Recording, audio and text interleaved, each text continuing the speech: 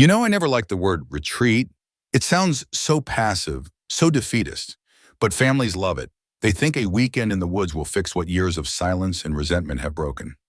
They want to believe that nature is a balm, that the trees will listen when they won't listen to each other. I let them believe it. That's the first step. This is Dr. Simon Lark, recording a debrief from my colleague, Dr. Patel, as part of our ongoing supervision. I'm documenting the Hargrove family's progress, or lack thereof, during our immersive therapy weekend at Pine Hollow. The setting, a remote forest, no cell service, no distractions, just the four of them and me in the honest dark. We arrived Friday afternoon. The Hargroves, Mark, the father, a man who wears his exhaustion like a badge, Lisa, the mother, brittle and bright-eyed, Eli, 12, already learning to disappear into his phone, and Sophie, 9, who clings to her mother's sleeve and watches everything. I greeted them with my best camp counselor smile, handed out the itinerary, and watched as they tried to hide their nerves. The first evening was textbook. I led them through icebreakers by the fire, watched as Mark and Lisa traded polite barbs over burnt marshmallows, listened to Eli's monosyllabic answers, and Sophie's anxious giggle. I asked them to share one thing they feared about the weekend. Mark joked about bears. Lisa said, "No coffee." Eli shrugged. Sophie whispered, "Getting lost." I made a note of that. After they retreated to their tents, I sat by the dying fire, listening to the forest. The woods at night are honest. Every sound is sharper, every shadow deeper. I waited until their voices faded, then walked the perimeter, careful to step where the ground was soft. I circled their tents, slow and deliberate, letting my footsteps crunch just enough to be heard. I brushed a branch against the nylon, paused, then moved on. I watched the shadows shift inside as someone sat up, heart pounding. I smiled, the first crack in the shell. I returned to my own tent, recorded my observations. Phase 1, environmental stressor introduced, subjects alert, responsive, fear response initiated. I slept well. In the morning, I watched as they found the footprints. Mark tried to laugh it off, but his hands shook as he zipped the tent. Lisa scanned the tree line, her jaw tight. Eli looked at his shoes. Sophie wouldn't let go of her mother's hand. I told them it was probably a deer. I suggested a hike to reclaim the space. They agreed, but their laughter was gone. We spent the day on the trail. I asked them about their lives, their routines, their secrets.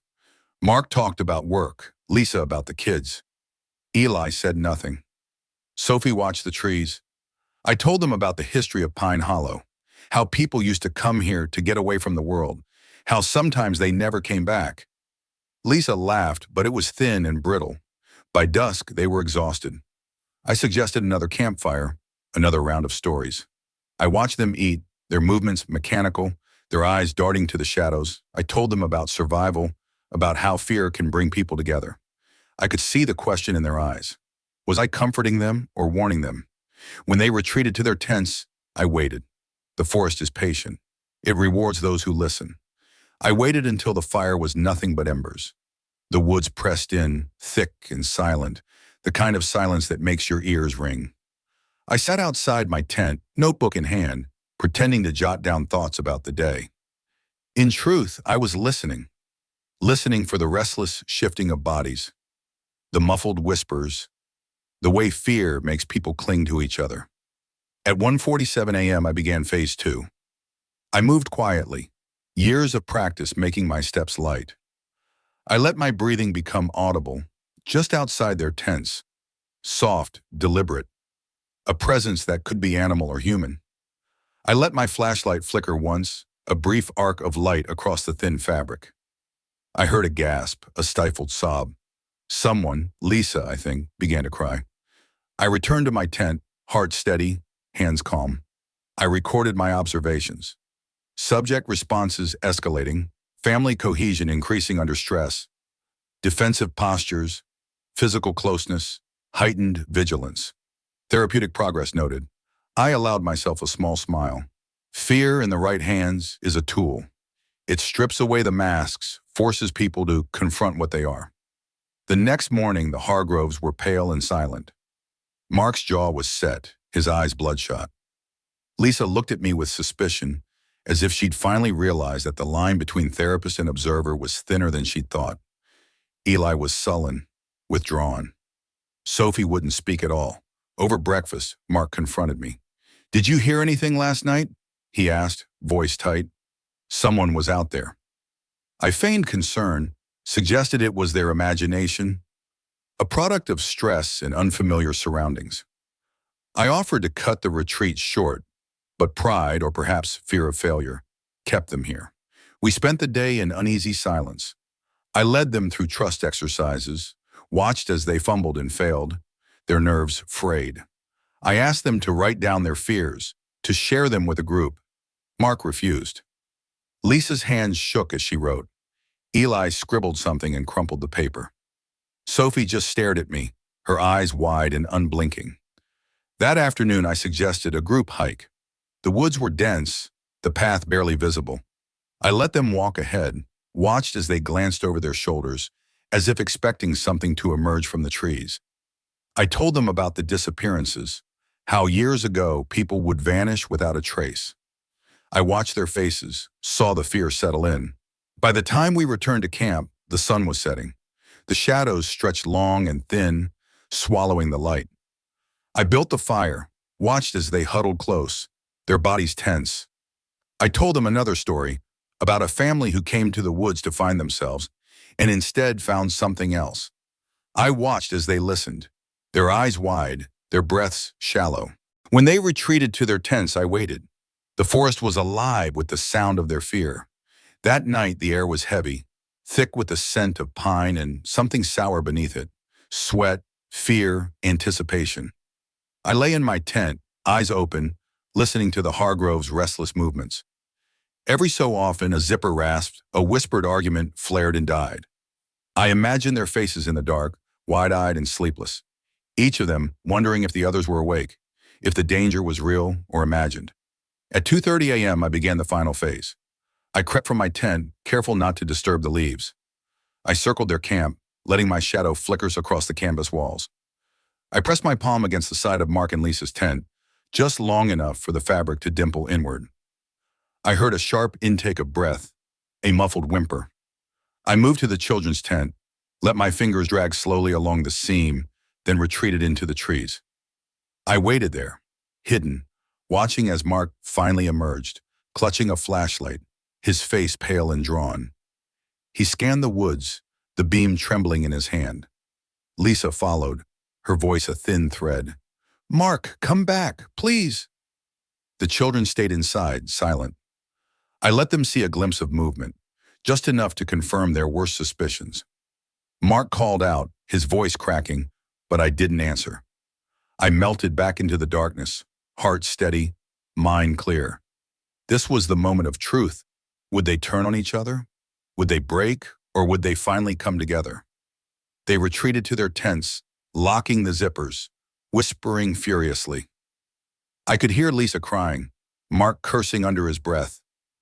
I waited until the first light of dawn before returning to my own tent, careful to leave no trace. In the morning, the Hargroves were changed. Mark's hands shook as he packed their gear. Lisa refused to meet my eyes.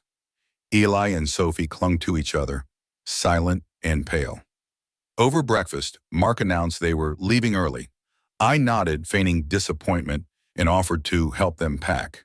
They refused. As they loaded their car, Lisa lingered, her eyes searching mine for something, an explanation maybe, or an apology. I gave her neither. I watched as they drove away, dust rising behind them, the forest swallowing the sound of their departure. I sat by the cold fire pit, recording my final notes. Subjects exhibited classic stress responses: hypervigilance, withdrawal, increased familial cohesion under duress. Therapeutic objectives achieved. Recommend follow-up in a controlled environment. I should have felt satisfied. Instead, I felt empty. The woods were silent again. The only evidence of the Hargroves' ordeal, a few scattered footprints and the lingering echo of their fear.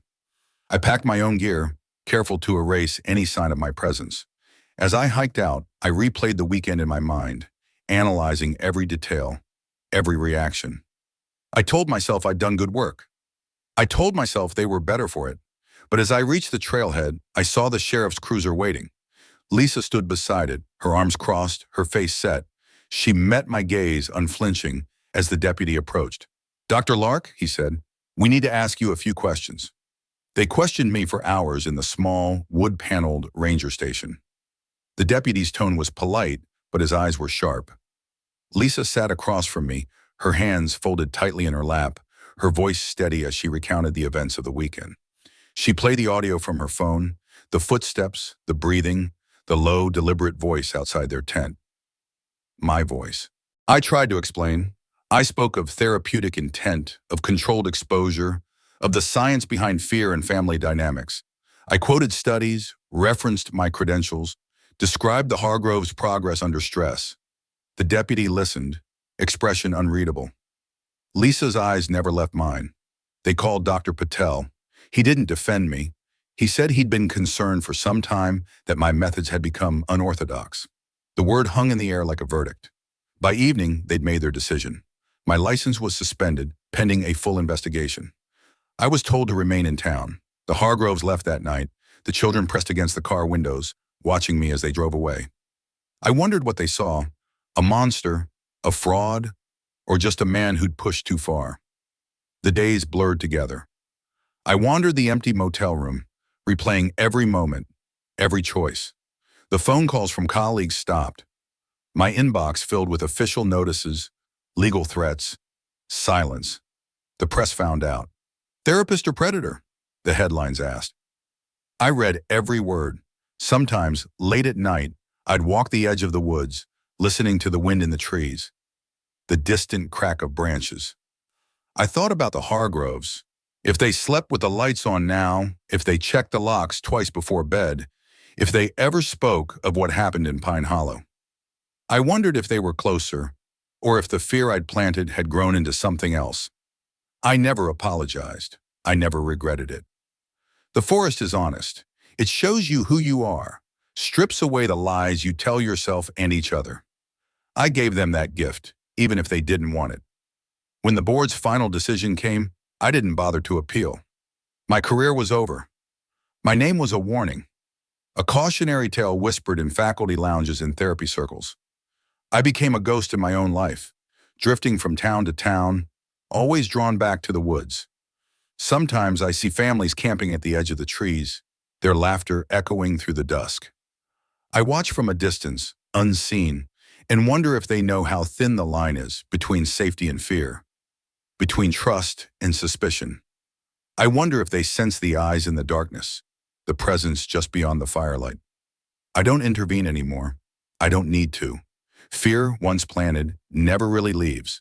It grows in the quiet spaces, in the shadows, in the stories we tell ourselves to feel safe. The forest taught me that, and I think in the end it taught them too.